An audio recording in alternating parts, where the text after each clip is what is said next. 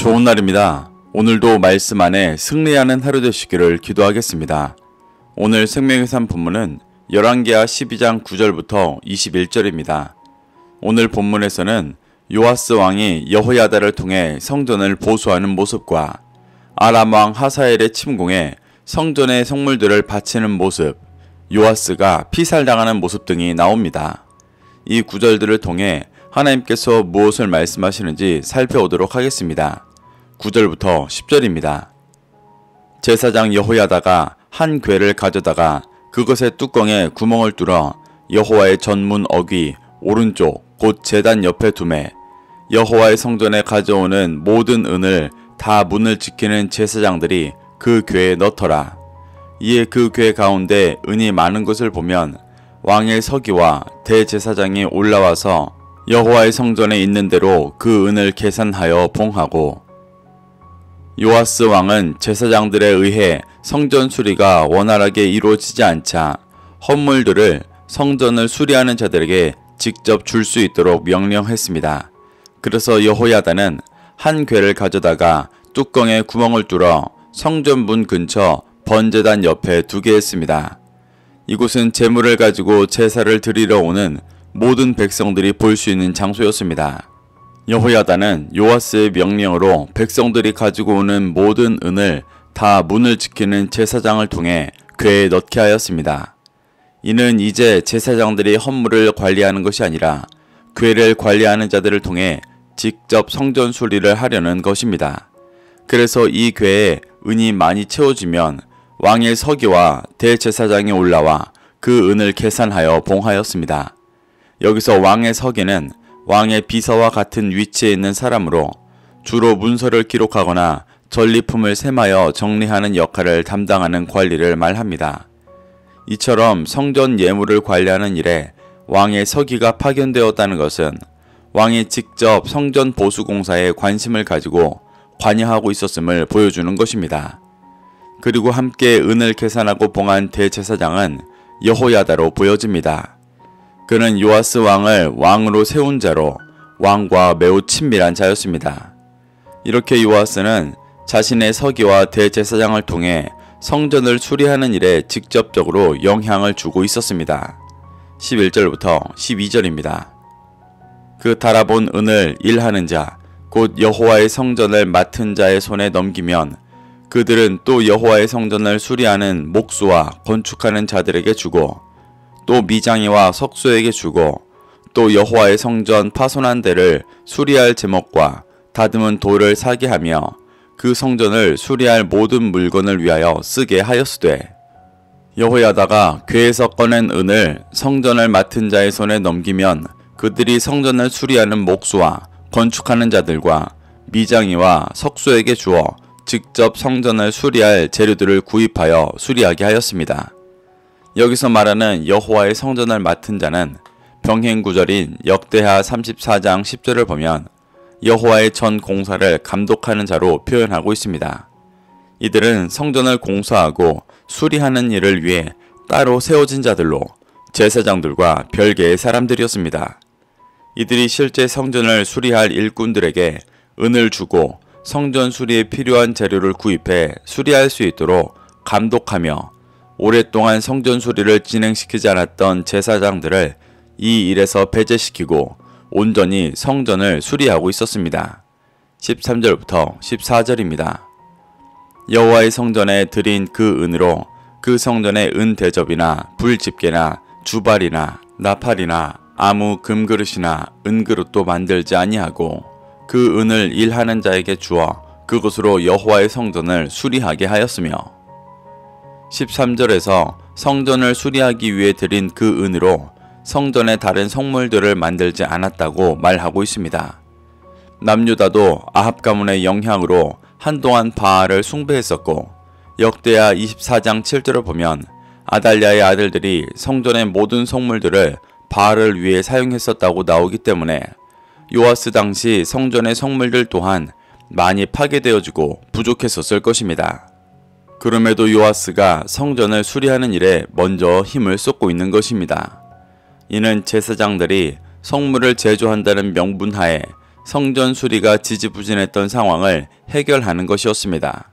역대하 24장 14절을 보면 요아스가 성전 수리를 마친 후 성물을 제작하는 모습이 나옵니다. 이는 모두 각자가 자기 소견에 옳은 대로 행하여 성전을 온전히 세우지 못하는 상황에서 성전을 온전히 회복시키려 애쓰고 있는 것입니다. 15절부터 16절입니다. 또 그 은을 받아 일꾼에게 주는 사람들과 회개하지 아니하였으니 이는 그들이 성실히 일을 하였음이라. 속건제의 은과 속죄제의 은은 여호와의 성전에 드리지 아니하고 제사장에게 돌렸더라. 요아스는 은을 받아 일꾼에게 주는 사람들과 사용한 은에 대해 회개하지 않았다고 기록하고 있습니다. 어떤 일을 하든 공공의 재정이 들어가는 일은 회개를 하고 계산을 하는 것이 기본적인 일입니다. 그런데 이스라엘의 핵심인 성전을 수리하는 하나님의 일에 대해 회개하지 않았다는 것이 매우 이례적인 일입니다. 저자는 그 이유를 그들이 성실히 일하는 자였기 때문이라고 말하고 있습니다. 여기서 성실히의 원어는 에무나로 신실함, 충실함이라는 뜻입니다. 이는 단지 열심히 성실하게 땀 흘려 일한다는 표현이 아니라 하나님 앞에 그들의 마음이 신실하고 충성되어 일하는 상태를 말하는 것입니다.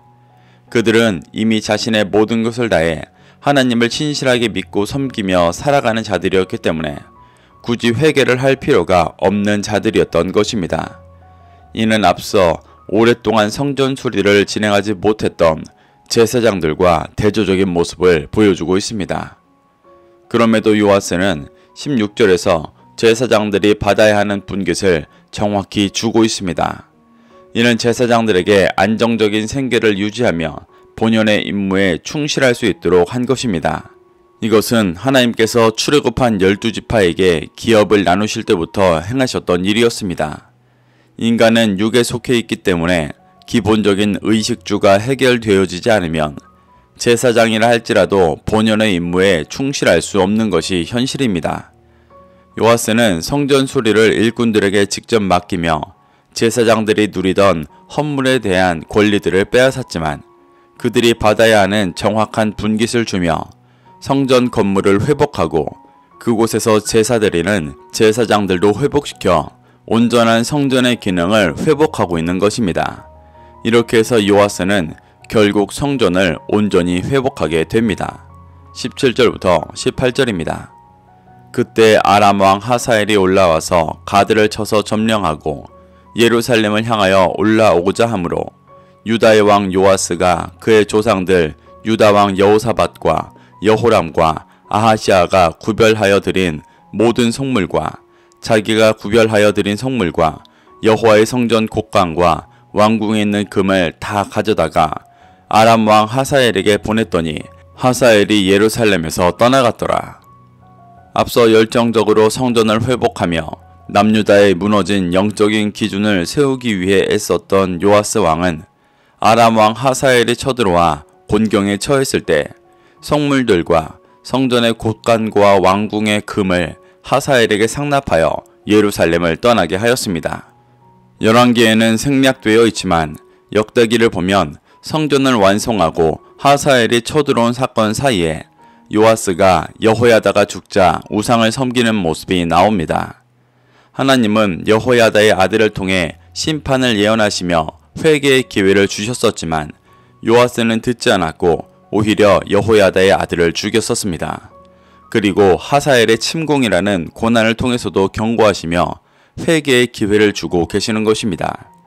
하지만 요아스는 이러한 고난 속에서도 회개하지 않고 성물과 금을 내어주며 하사엘을 떠나게 하는 인간적인 방법을 사용했습니다. 마음을 다해 무너진 성전을 회복했던 요아스가 죄에 미혹되어 성전을 다시 허무는 매우 안타까운 모습을 보이고 있는 것입니다. 19절부터 21절입니다. 요아스의 남은 사적과 그가 행한 모든 일은 유다왕 역대지략에 기록되지 아니하였느냐. 요아스의 신복들이 일어나 반역하여 실라로 내려가는 길가에 밀로궁에서 그를 죽였고 그를 쳐서 죽인 신복은 시므아세 아들 요사갈과 소멜의 아들 여호사밧이었더라. 그는 다윗성에 그의 조상들과 함께 장사되고 그의 아들 아마시아가 그를 대신하여 왕이 되니라. 무너졌던 남유다가 하나님과 언약을 갱신하게 하였고 성전도 회복했던 요아스는 결국 미혹되어 죄 가운데 살다 죽었습니다. 하나님께서는 그러한 요아스에게 여러 회개의 기회를 주셨었지만 그는 회개하지 않았기 때문에 결국 신복들의 반역으로 암살당하게 되었습니다. 21절에서 요아스를 죽인 신하들이 누구인지를 상세히 밝히고 다음 왕이 암살한 자들이 아니라 요아스의 아들이 된 것을 보여주며 이 암살이 북이스라엘처럼 왕위를 빼앗으려는 신하들의 쟁탈전이 아니고 아들의 쿠데타도 아니라 제사장 나라의 영적인 기준을 지키기 위한 일이었음을 보여주고 있습니다. 이렇게 요아스는 아무리 큰 일을 행했어도 결국 믿음을 끝까지 지키지 못하는 이의 최후가 어떠한지를 잘 보여주며 죽게 되었습니다. 우리는 이러한 요아스의 모습을 보며 자신이 지금 어떠한 사역을 하고 있고 큰 믿음으로 살아간다 해도 사탄은 끊임없이 우리를 미혹하고 공격해 언제든 넘어질 수 있게 한다는 것을 잊지 않고 살아가야 합니다. 날마다 말씀으로 자기를 부인하며 새롭게 되어지는 삶을 살아야만 합니다. 그래서 우리 모두 정금과 같이 되어 주님 다시 오실 날을 예비하고 맞이하게 되는 그리스도인이 되시기를 축복합니다. 오늘도 이 말씀을 심령에 새겨 승리하는 하루 되시기를 기도하겠습니다.